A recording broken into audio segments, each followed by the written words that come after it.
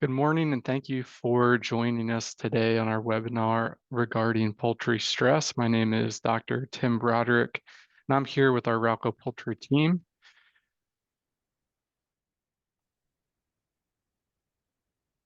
including Alea Gigliotti and Micah Osburn, who will not be able to join us in the morning webinar, but will be on for the afternoon. I'm located in Marshall, Minnesota at our main office. Micah is located primarily out of Texas, whereas Alea is in Tennessee. And so we're going to be sharing a couple things today, talking and discussing about poultry stress and defining poultry stress, identifying some producer-oriented solutions, and then also looking at products and applications to help combat stress in scenarios where some of those solutions simply are not fully adequate. So when we look at stress, there's a couple main avenues that we try to examine. These include environmental stress, management-induced stress, and what most people are familiar with in terms of microbial stress. But really, what is stress? Simply put, it's a natural reaction when changes or challenges occur. We know this in production because we see things like bacterial stress, where the birds have a natural response to it in terms of immune stress and ultimately exhibiting signs of disease. But more simply and more important for producers, as well as for those applying products to a production environment, is it's a deviation from normal behavior. Too often we focus on microbial stress, and that's going to be a focus probably for another webinar. Here, we're going to be a little bit more geared towards management and environmental stress, but also what does it mean for those changes in behavior, and how can we mitigate those in order to maximize performance values for producers. Simply put, increased stress increases the risk of disease as well as decreasing performance. Here we have two different graphs that are taken from an example producer, showing on the top left rate of lay and feed intake on the right. For rate of lay, we see a production standard exhibited by the maroon line, whereas the current flock average production for lay is in the gray line. What we see is a flock that maybe gets off a couple weeks late, but otherwise shows a normal start to pre-lay and peak production. However, we suddenly see some drastic decreases in the performance of that flock before it rebounds within a 10-week span. Similarly, when we look at feed intake for a pullet flock coming into lay, we start seeing that incremental increase in intake. This was a lay flock that was organic, so it did have a slightly higher intake than what we would traditionally see in a caged environment. However, we start to see those big deviations from norm. Instead of a 25 or 24 pound per 100 per day intake, we start seeing wild fluctuations from 25 to 20, back up to 24 to 23 to 22. And that again underscores the broader point when you start syncing up those graphs, is when we start seeing that deviation from normal behavior, that deviation from normal feed intake, we start seeing negative production outcomes for producers. And that's a facet of multiple types of stress. In the case here, it was some environmental stress from both heat stress as well as some mechanical failures within the barn, and then followed by viral challenges within that flock. And the reason we care so much about these stress events is both what they do directly to the bird, which we're going to discuss a little bit later in this webinar, but also what those secondary challenges are.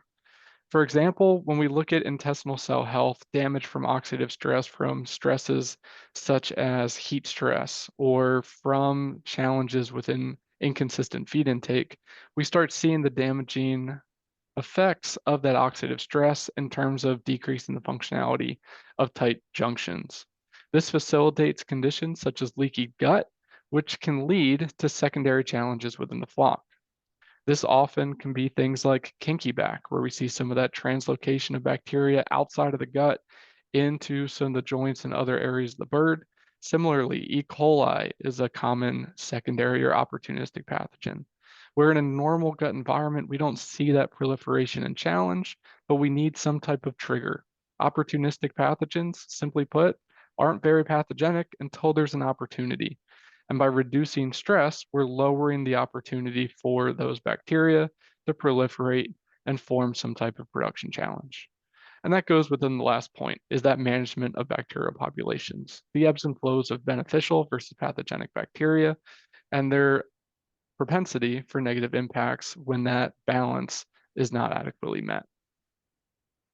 So what are we able to do in order to mitigate some of these stress events? Shortly, we're going to be talking about producer solutions to stress, but also we have feed and water additives and it becomes a big part of supplemental feeding within poultry production. For us, we feel that water additives offer a quick response to those challenges and are really a focus when you have those sudden or unpredictable stress events.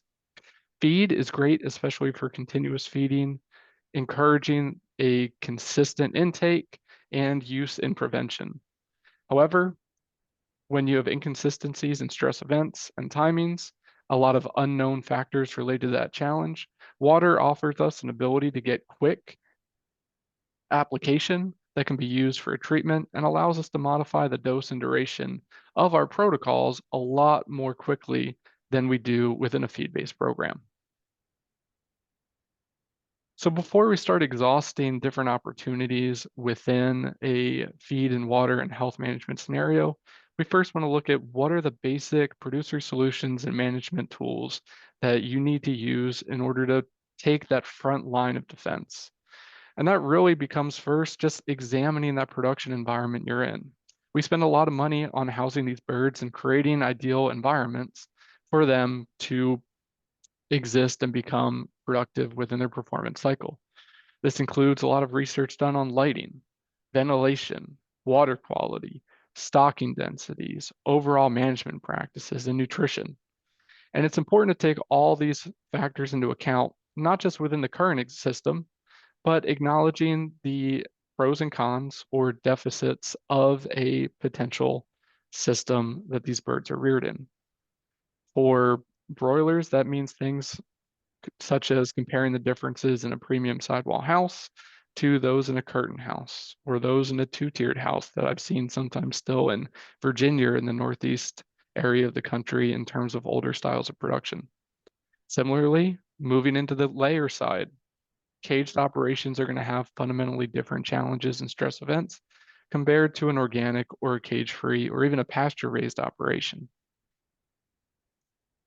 So within that housing system, you really want to first maximize that environment.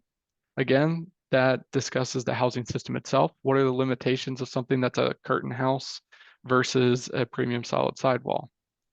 What are the differences in your equipment and the limitations of those equipment? Here we have two images, the back or recessed image being a scaled cool cell pad versus a new cool cell pad. The current status of equipment, fan belts, etc., are all going to have a great degree of impact relative to the actual functionality of that equipment. A cool cell pad that's completely scaled down is not going to allow for the same amount of airflow. Fan belts that are worn down aren't going to allow for the optimal production of that fan and the movement of air.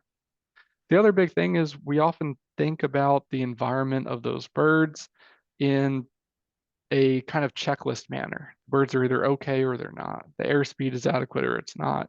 And we go down and look at temperature, moisture, etc., and not necessarily consider all the different interlocking aspects of that. The main reason I bring that up is when we talk about fans, a lot of times we're looking and measuring airspeed because that's a direct function of what that is able to pull into the house. But airspeed is also a function of your side inlets. It's a function of your cool cell pads when you're running tunnel. And it also very much plays into equations for the changes in humidity and moisture control within that house. So understanding all facets of that house, how it can operate, what sensors you have available, and what data you have available is going to allow you to maximize the environment within that production system. Additionally, we can do things as producers in terms of management that are going to play into these stress events. That includes feeding regimens. Are we phase feeding? Are we doing some on-farm blending? Similarly, for layers, for example, there's some people that top off coarse calcium late. All these things are going to have slightly different effects when we talk about their potential impacts within a stress event. And also lighting programs. Are you running continuous lighting programs, intermittent lighting programs on the meat bird side? When we start looking at specific stresses, for example, heat stress, Our ability to start mitigating some of that stress does play with how we feed or how we light these birds. Additionally, we want to adjust our management practices to that challenge and also understand how our management practices can leave us susceptible to a challenge or give us an adequate line of defense. First thing we have on that list is sanitation. Sanitation protocols within water systems, especially, give producers a huge array of options to help mitigate some of those microbial challenges and also get consistency flock to flock. Handling is something that's unavoidable when we talk about moving pullets into a lay facility, or maybe we're transitioning turkeys from a brood barn into a grow out barn, and we start seeing those movement. But we can still manage how we move them, what time of day we're moving them, what types of additives we're including in order to help make that couple day transition better, as well as what are the conditions of the barn they're coming from versus the barn they're going to. Daily observations is something that every producer and every farmer is going to be doing, but we also want to call it out here because it's important to start thinking about what exactly you're observing. It's easy to write down numbers in a barn, it's easy to look at a controller, but it's important to really look at the birds and ensure that what you're seeing on those controllers is matching the reality of the house. We can see a temperature, that's okay, but if a temperature and humidity and airspeed aren't all synced up, it can create an environment that's disproportionately hot or cold. We can see a barn that's maybe reading the right heat, but has high airflow over chicks that's causing cooling. Or vice versa, where you have adult birds that aren't adequately cooled because the humidity is too high even when the temperature number is okay. Additionally, things like manure management and most importantly, mortality management become really important when you start getting into higher stress events and disease. A low stress event can become a high stress event if that mortality or loose feces or other challenges start creating an environment where you start to spread secondary infections or other challenges within the flock. And additionally, things like stocking density and other management practices can really be adjusted to help fine tune during those periods of stress. If we know that we're going into hot summer months versus cold, we can modulate our stocking density. If we recognize that we have consistent challenges throughout flocks, and that extends not just from daily observations, but comparing flock histories. Are you exhibiting the same challenges, flock A to flock B to flock C? Or are you getting new and different variety of challenges or less severe challenges? All those things can inform stocking density and other types of management practices from placement on up. But once you exhaust the capabilities of your barn and your ability to manage some of these stress events, especially with unpredictable things such as weather, we start looking at additional additives and resources to reduce stress. We can do that nutritionally. We look at things like warm weather diets, sodium bicarb, and low ingredient variability during diet changes to lower transitional stress, for example. Vitamins, just like people will take certain vitamins when they're not feeling well, vitamins can play an important role within poultry production flocks. We know they're important for basic nutrition, but extra supplemental vitamin inclusion can help in the protective role and maintenance of flock performance, even during stress events. Similarly, electrolytes, just as we get dehydrated, whether it be weather or exertion, birds can have imbalances, especially during times of heat stress or inadequate water access. That would be periods such as transition or transport. And then lastly, we get into gut health additives, which is a very broad uh, topic and one that we would cover in depth at a later point in time, but slightly outside the scope of the webinar for today's purposes.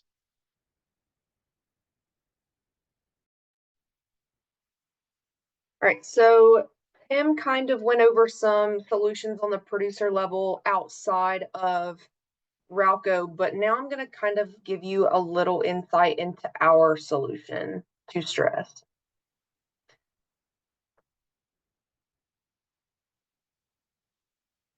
So Avi-Lyte is our natural poultry stress pack.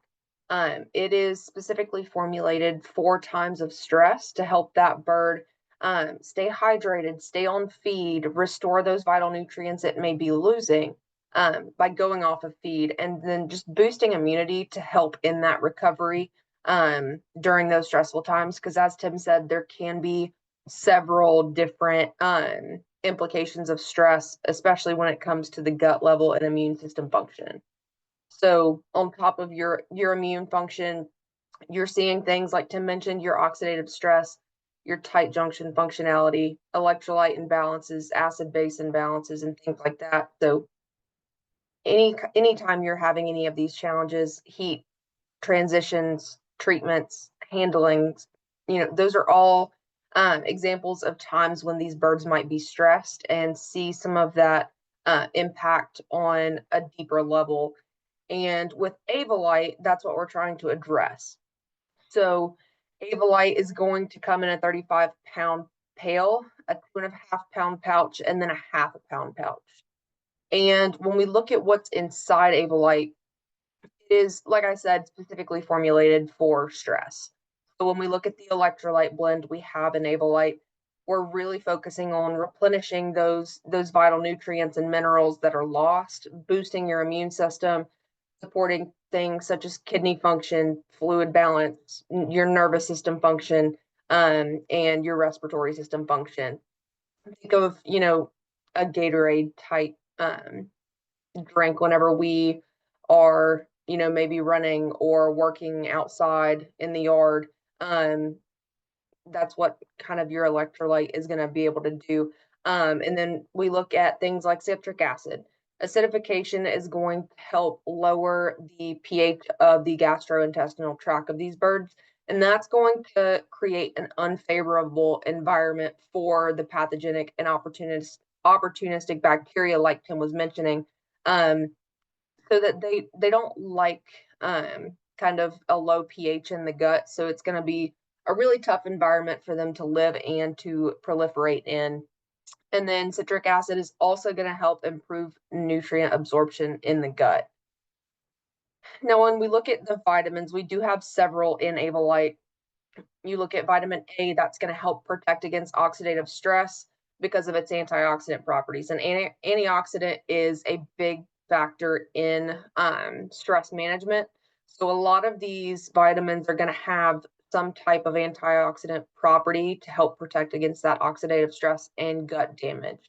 Vitamin A is also going to aid in the integrity of the intestinal epithelial cells, immune system function, and just overall boosting performance parameters like feed intake, body weight gain, feed conversion ratio, and even, some egg quality parameters in layers. Now, vitamin D is also going to help with your immune system function and disease resistance in general, but also help with body weight gains and some performance parameters like that. Vitamin E is probably, what you might think of first when you think of a really powerful antioxidant vitamin, and it's going to also help protect against that oxidative stress and tissue damage, as well as boosting things like meat quality, egg quality, and things like that. So your B vitamins, and we have multiple B vitamins included in Avi-Lyte, and these are going to be important for, again, your immune system function, metabolism, energy production to keep that bird up, keep it eating, keep it drinking during stress. And that's going to in turn help with the growth and development of these birds, healthy cell growth, and tissue regeneration. Now, vitamin K3 is a vitamin that's going to help with blood clotting. And this is just in the case of, you have a stressful event, this comes with an elevated risk of any injuries or, bleeding that can be common or exacerbated with some of these stressful events. And vitamin K3 is going to help promote that blood clotting ability of the bird to close that injury and kind of block off any kind of pathogens that are going to get in. And when we look at the probiotic blend, these are going to be your Bifidobacterium longum, Lactobacillus acidophilus, Bacillus subtilis, and these are going to be those beneficial gut bacteria that are going to help crowd out pathogens, competitive exclusion, staying that primary bacteria population in the gut and keeping it as a beneficial population rather than a pathogenic population. Is going to help with your immune system as well.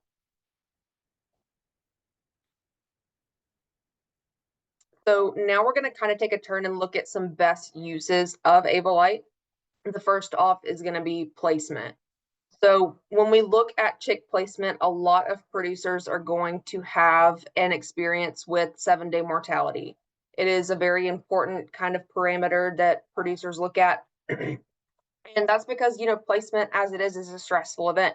These chicks are being transported and are often, off feed and off water for multiple hours, 24, 48, 72 hours. And to an extent, we can manage placement. But there's also going to be some environmental stress, especially when you're transporting these birds, looking at the change in environment. Maybe these birds are on, a truck, and the environment is changing drastically from where they were, hatched to where they're going. And like I said, dehydration and poor feed intake are going to be additional stressors for this kind of situation. And these are going to have gut health implications, delayed starting, development of that gut. Because they're not on feed and water, they're getting a delayed start in gut health and kind of bringing that gut into function and helping it to really get established and really just set the bird up for success later in life. And then we do have some data on this placement affect 7-day mortality. So we did a research trial with breeder chicks, and we compared a custom vitamin to Avi-Lyte, and both were administered in the water. For the Avi-Lyte, we did a half a pound per gallon of stock as the dosage, and that was metered 1 to 128. And we ran this in the water for the first 5 days of age, and that's post placement. Sorry. So for the first 5 days post placement, we are looking at administering Avi-Lyte or that custom vitamin blend consistently. And the graph on the right here is going to kind of show you the cumulative mortality when we compare the two treatments. And as you can see, the Avi-Lyte in the green is seeing a lot lower cumulative mortality in that custom vitamin blend in orange. And we can see when we get to 7 days, we are seeing a pretty significant reduction in mortality. And that was, I think, around, 2.5%.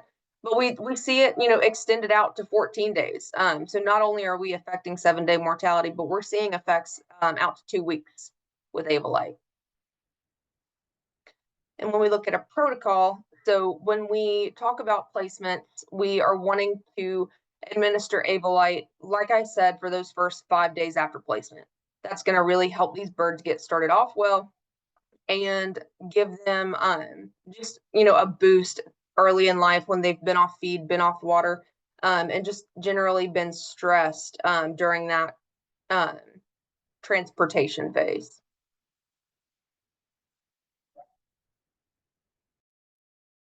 So speaking of transportation, it really plays into transition and a lot of stresses that tie into what we consider both physical transition and also transitioning. What we mean by that is when we talk about transition stress, most people commonly think of periods where we're physically moving those birds, most pertinently for either turkeys going from a brood barn into a grow out barn, and even more commonly and more severely in transition from a pullet house into a lay barn, simply because we see producers that are routinely trucking birds 10, 12, 14 hours for some more isolated sites and even longer. So with that, we see restrictions in terms of the change in environment, both geographically, which induces some stress where you have different weather, different water qualities. But we also see things such as changes in outdoor access, meaning in cage-free flocks or organic flocks, when you're turning those birds out for the first time, that transition in environment still facilitates some type of stress. Transportation is easy because these birds we know going in are going to have some type of challenge. Simply put, we aren't able to offer the same food, water, and environmental control during a transportation period as we can when they're safely in the house. And that's going to obviously facilitate what we discussed earlier, which is that change from normal behavior and leave them potentially susceptible to reduced production or introduction of secondary challenges. Then also just changes in water sources, which can also be a secondary effect with some of that transportation. Just different water sources in terms of water quality. For example, coming from a pullet house that has a chlorination system to a lay house that doesn't, but also difference in the actual taste and characteristics of that water, changes in water hardness, total dissolved solids, etc. Additionally, with phase feeding, we know that we're going to have some diet changes. And within diet changes, sometimes there is slight hiccups in performance or susceptibility for disease as a function of those changes. Nutritionally, we try and mitigate that as much as possible by creating that nice balance, both in terms of nutrition, but also ingredient profiles, so that the birds aren't subjected to excess stress. However, sometimes based on supply of raw materials or changes in commodity pricing, we see more severe changes in the diet. And that can lead these birds to additional susceptibility and stress events. And then the last is environment. If anybody on the webinar is able to control the outdoor environment, give us a call because we have a great business opportunity for you. But as of yet, we have 40 degrees and raining here in Minnesota. There's tornadoes where Alea is, and down in Texas, it's just hot. So we see a wide variety of environments, even in the same day within the same country. And the seasons and weather and all those transitions become really important for producers to stay tuned in. Again, not just for the flock that they have, but how it relates to some of those transitions as well. So what are our base recommendations and protocols as it relates to overcoming transition? For movements of pullets and in delay, we do recommend 2 days pre and post move to increase the hydration status of those birds and also reduce kind of their susceptibility to periods where they're going to be off water and feed for an extended period of time, but also continue that into the new barn for a couple days. We've seen that it kind of helps establish some similarity in terms of taste from old water to new water, helps get them on water a little bit quicker, and again, kind of smooth over that transition period where they can start losing a little bit of body condition and start allowing them to ramp up production faster. Vaccinations, 1 day pre and post vaccination. There is an asterisk there. That's because we want to make sure that depending on how you're running your vaccination, if you're doing a water-based vaccine, we want to make sure that you're adhering to vaccine protocols first and not running any product and vaccine at the same time. But other time periods, usually 1 day prior to that anticipated stress event, we're going to go into some more such as heat stress in terms of specifics, but turning out birds, other smaller scale stress events, running that 1 day prior to the anticipated stress event becomes really important because we're doing our best to get ahead of it and create that good defense for this bird. Once they're subjected to that stress, we still obviously want to do as much damage control as we can, but prevention is very much worth that full pound of cure. Yeah, so Tim kind of mentioned heat stress briefly, and I'm gonna kind of get into that as our next stressor. So obviously it's getting hotter outside, getting to be those summer months, and with that comes obviously heat stress. It's a very stressful event for birds, and heat stress is going to be caused by higher temperatures and humidity. And heat stress, at a most basic level, is when the temperature and humidity outside in the environment that this bird is in is high enough to where the bird can no longer thermoregulate. So this graph right here kind of explains a little bit more in terms of some other factors that can impact heat stress, such as humidity, ventilation, and stocking density. These are going to affect the temperature that becomes dangerous to this bird. So when you have an increased relative humidity, you're going to have a lower temperature that's required to cause a heat stress event. So, for example, if you have two different houses that are both 80 degrees, if relative humidity in one of those houses is above 75 and then below 50% in the other, you're entering that danger zone in the house that's got that relative humidity above 75% and are likely going to see an increase or decrease in performance in that house before you see a decrease in performance, say in the house that's humidity is a little low, below 50. And these zones are not universal by any means. Like I said, they're affected by things such as your ventilation, your stocking density, what type of housing environment you've got set up. Like Tim said, things such as solid sidewall houses and curtain sided houses can impact that as well. Um, but also, things like breed and age and simple factors like that. But when you're in a barn, one of the easiest ways to kind of diagnose heat stress if you think you might have a problem is to just look at your birds, observe their behavior. What are they doing? Um, Birds will often tell you what's wrong without actually telling you what's wrong. You just have to kind of take the time to listen, observe, watch these birds, see what they're doing. Um, Heat stressed birds are going to have their mouth open, they're panting. They can't sweat like we can. So they have to, what their body does is it will bring blood vessels and dilate those in their mouth, for example, and allow increased blood flow to areas that they can kind of cool off. So towards the surface of that bird. So they're going to be panting, spending less time at your feeders and waters, and that's because they're trying to conserve energy. They don't want to expend any energy and heat up any more than they already are. They're going to want to kind of allow airflow between their wings and everything, so they can get even more cool potential. Like I said, whenever they are bringing more blood to the surface of their body, kind of cooling it down with whatever kind of airflow there is in the environment. And just overall, these birds are going to be a little bit more lethargic. Like I said, they don't want to expend any more energy than they absolutely have to, because that'll just be heat that's produced within their body that they can't dissipate. So when we get into some of the symptoms of heat stress that you can visualize, Tim kind of addressed some of the more gut level challenges. But if you want to kind of look at these birds, what you can see is going to be your productivity. Feed efficiency of birds suffering from heat stress is going to take a hit, meaning they're going to need to eat more feed to gain the same amount of weight as a bird that's not experiencing heat stress. And broilers are especially sensitive to heat due to several factors. You think of their growth rate; it's quicker, and they're typically in a higher stocking density environment than your laying hens.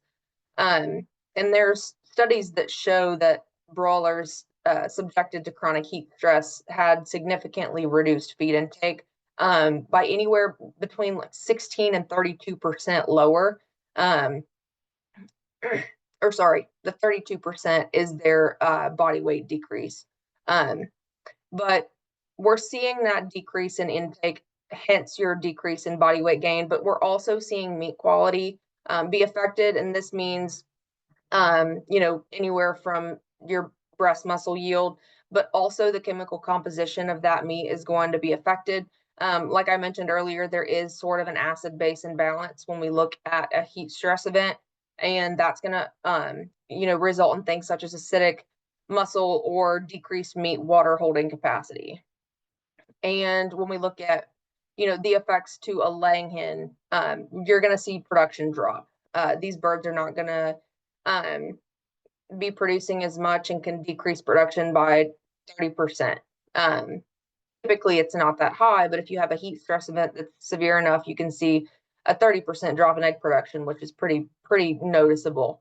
And then additionally, we've seen egg quality effects take a hit from heat stress. Shell thickness is going to decrease. Egg weight can decrease. And a lot of these effects can be observed even at a slightly higher or slightly elevated temperature, especially, like I said, when you have a pretty high relative humidity in that environment. And then we've looked at a heat stress trial that we did, and I've kind of put some of this data in on the screen for you. So this heat stress study that we looked at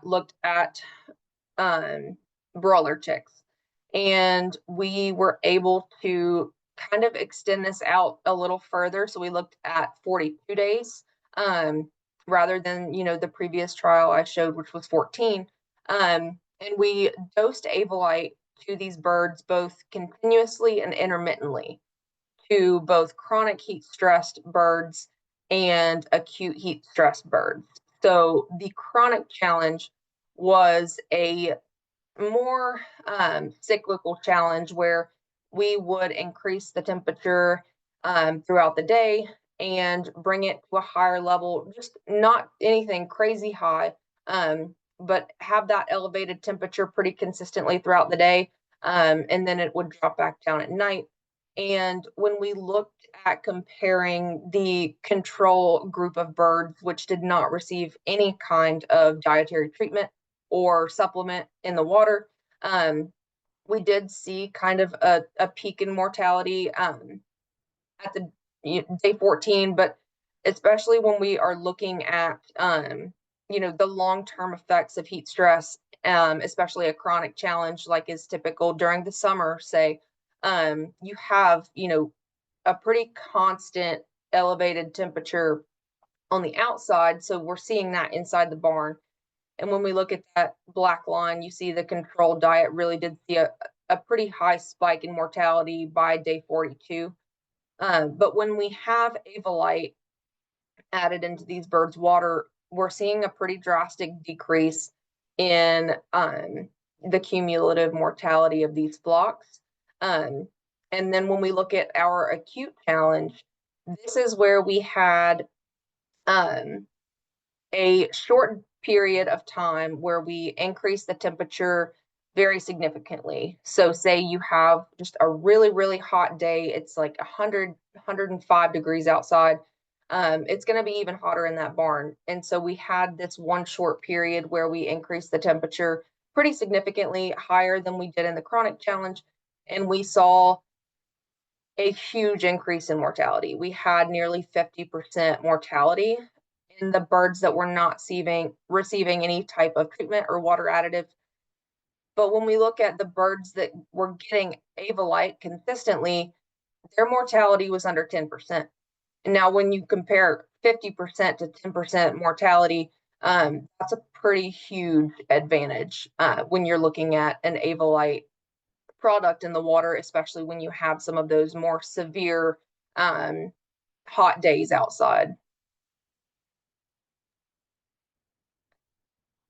And then, so when we are looking at body weight and feed intake, this is the same study. This is just different parameters that we looked at. We saw a similar trend where birds getting Avi-Lyte performed better. And when we look at the chronic challenge on the left, we see that the birds receiving Avi-Lyte consistently not only had a higher body weight, but also a higher feed intake than the control birds that were not receiving any kind of Avi-Lyte. But what was interesting here is that the birds receiving Avi-Lyte intermittently, meaning not consistently, but it was on a schedule. So we would do, maybe 2 days off, 3 days on, or 3 days on, 4 days off. We saw these birds perform better than the birds receiving Avi-Lyte consistently. And not to say that it was, a significant change, but numerically we were seeing an increase in the Avi-Lyte intermittent treatment than we saw in the Avi-Lyte consistent treatment. And Tim gives a really good kind of explanation as to why this might be. So I might let him kind of explain that to you here in a second. But I did want to point out during the acute challenge as well, we were seeing an increase in feed intake and body weight with that Avi-Lyte being given consistently. And a lot of this is, just due to kind of the things that I was saying earlier about keeping these birds on feed, keeping these birds on water. If we can get these birds to drink, they will eat. And when they're not feeling like they have to just relax and sit, they're going to be more active. And that goes back even to some of the ingredients that we put into Avi-Lyte specifically for energy production. So we're keeping them active, we're keeping them on feed, on water, and that's going to ultimately help this bird perform better, but also have an increased livability in the end. Thanks, Alea. So kind of to hammer home what we said really in the beginning and what Alea was discussing relative to feed intake. The reason we care about feed intake in this measure is not the same that we do for a lot of other studies. A lot of other times we're looking at body weight and feed conversion and livability, and we did here as well. But the reason we have feed intake highlighted instead of our improvement in feed conversion is what feed intake represents here.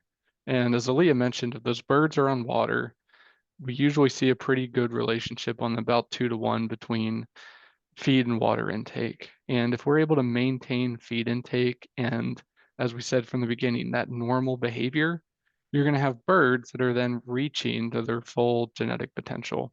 If you have a flock that is consistent every single day, it's a flock that's not going to have a disease challenge. It's something that never has to alter from that normal state.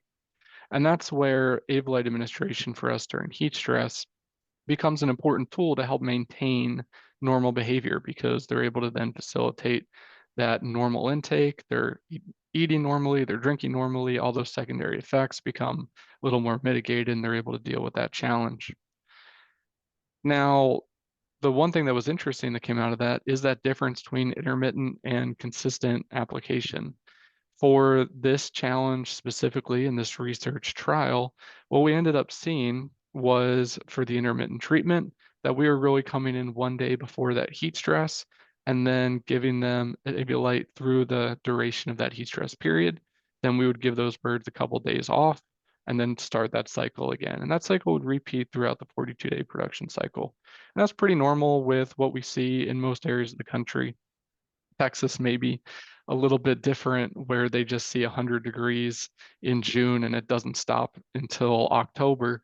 But most other areas, you're going to have some weeks that are hot and you lose control of that upper temperature regulation within a barn environment.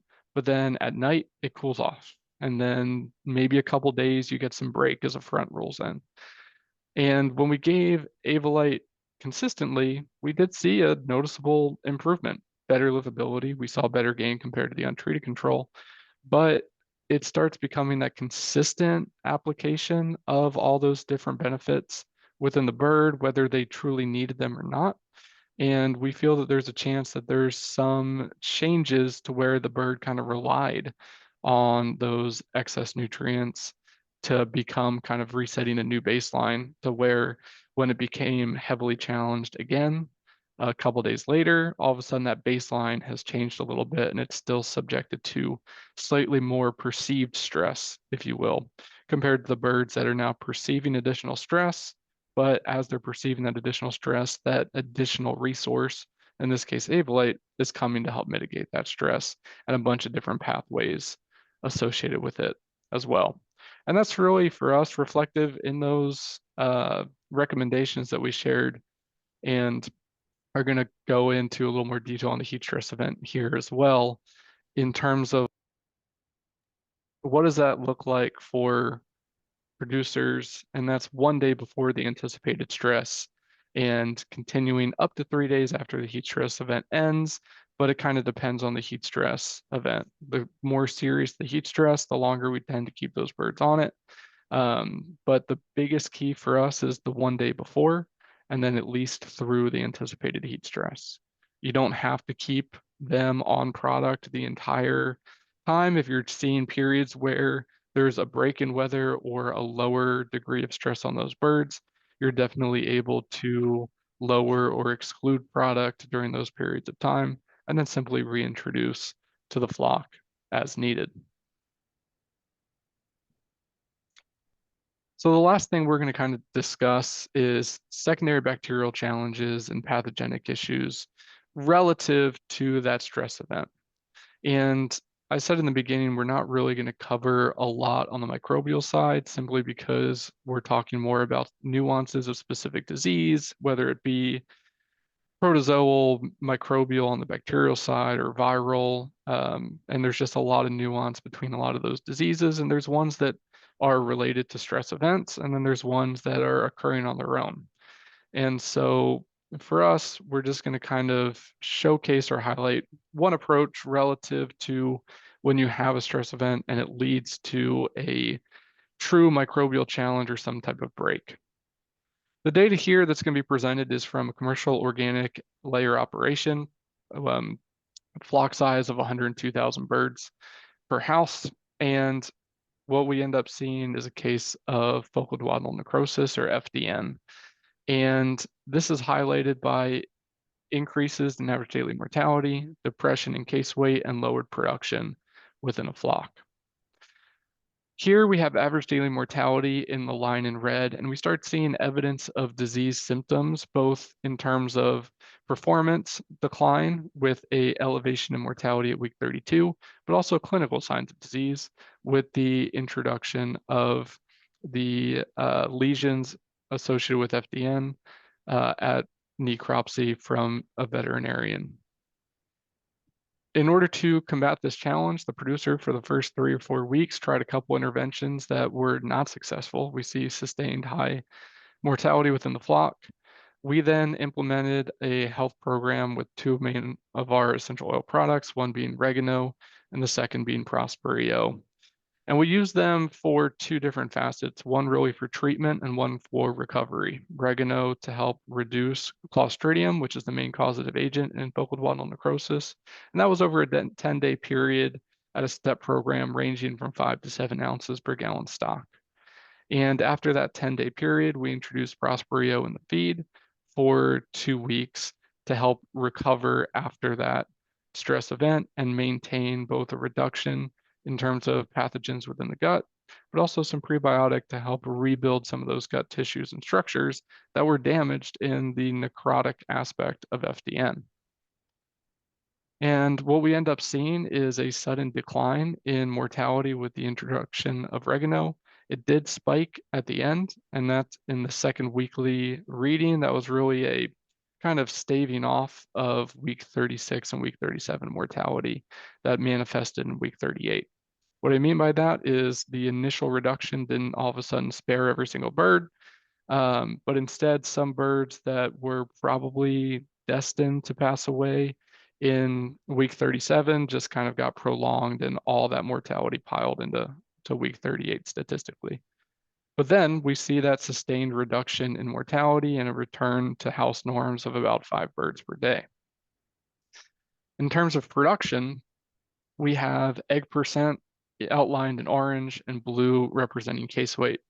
Similar to mortality, we see a reduction in lay percent when the birds are supposed to be peaking, and a stagnation in case weight going back to week 29 and 30, where they're just not increasing in terms of egg mass, which is a very big challenge when we're trying to get additional sellable eggs.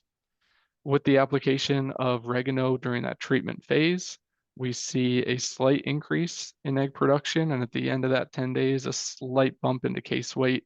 And that recovery period where we're really trying to both reduce chances of secondary infection, but also smooth over and regenerate tissue within the gastrointestinal tract, is when we start seeing that more rapid increase in both lay percent and egg mass.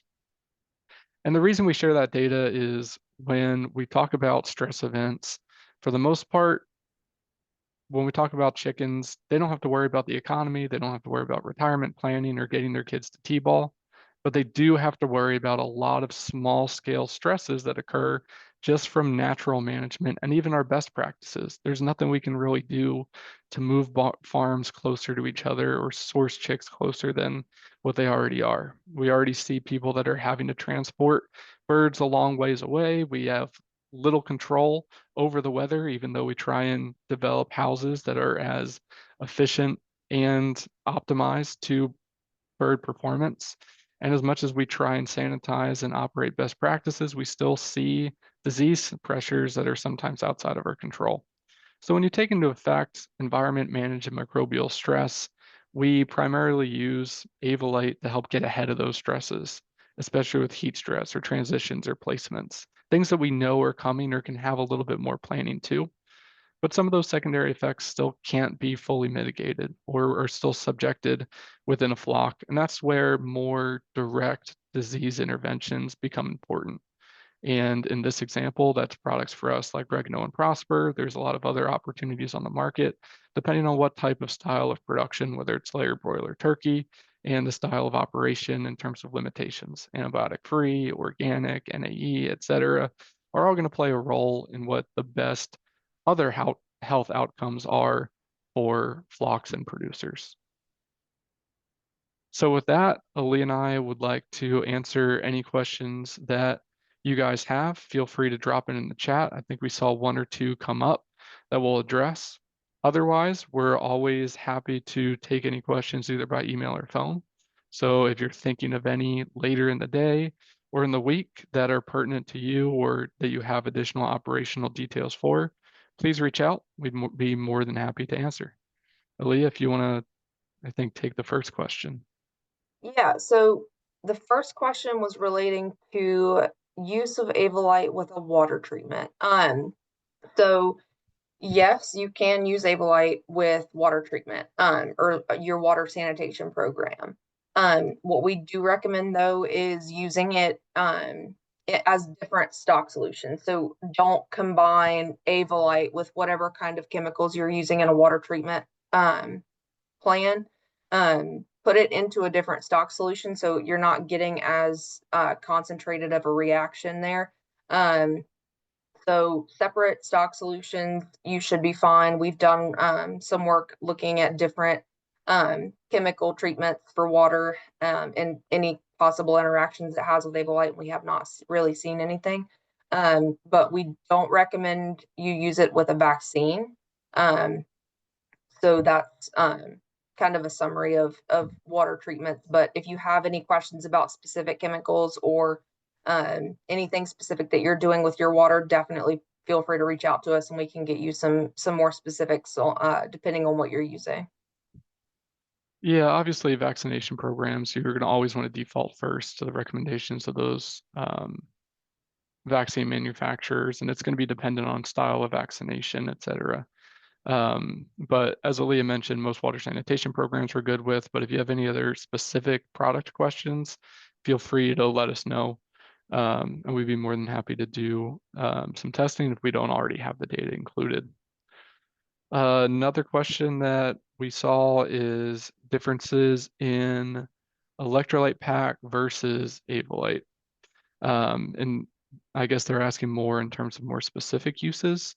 So obviously we went over that we have electrolytes in Avi-Lyte. So compared to just an electrolyte pack, Avi-Lyte's going to have more, but kind of why does that matter for us? And the reason is when we talk about some of these stress events, if you only have the heat aspect of heat, then electrolytes are really all you need, right? So um, unfortunately, the reality is that when we talk about, as Alea went into heat stress, for example, it's a multifaceted condition. If the birds aren't just hot or sweating because they can't really sweat, they're changing feed intake patterns. They're maybe eating litter a little bit more. Their gut feels inconsistent. Their oxidative stress is higher. So that has some secondary effects when we talk about gut tissues. And that's really where the other aspects come in. And really, I think the strength for Avi-Lyte is you don't have to play games and mix and match maybe an electrolyte pack and a vitamin pack and a probiotic. We kind of have everything in one source that really deals for that stress event and kind of the multifaceted nature that they are.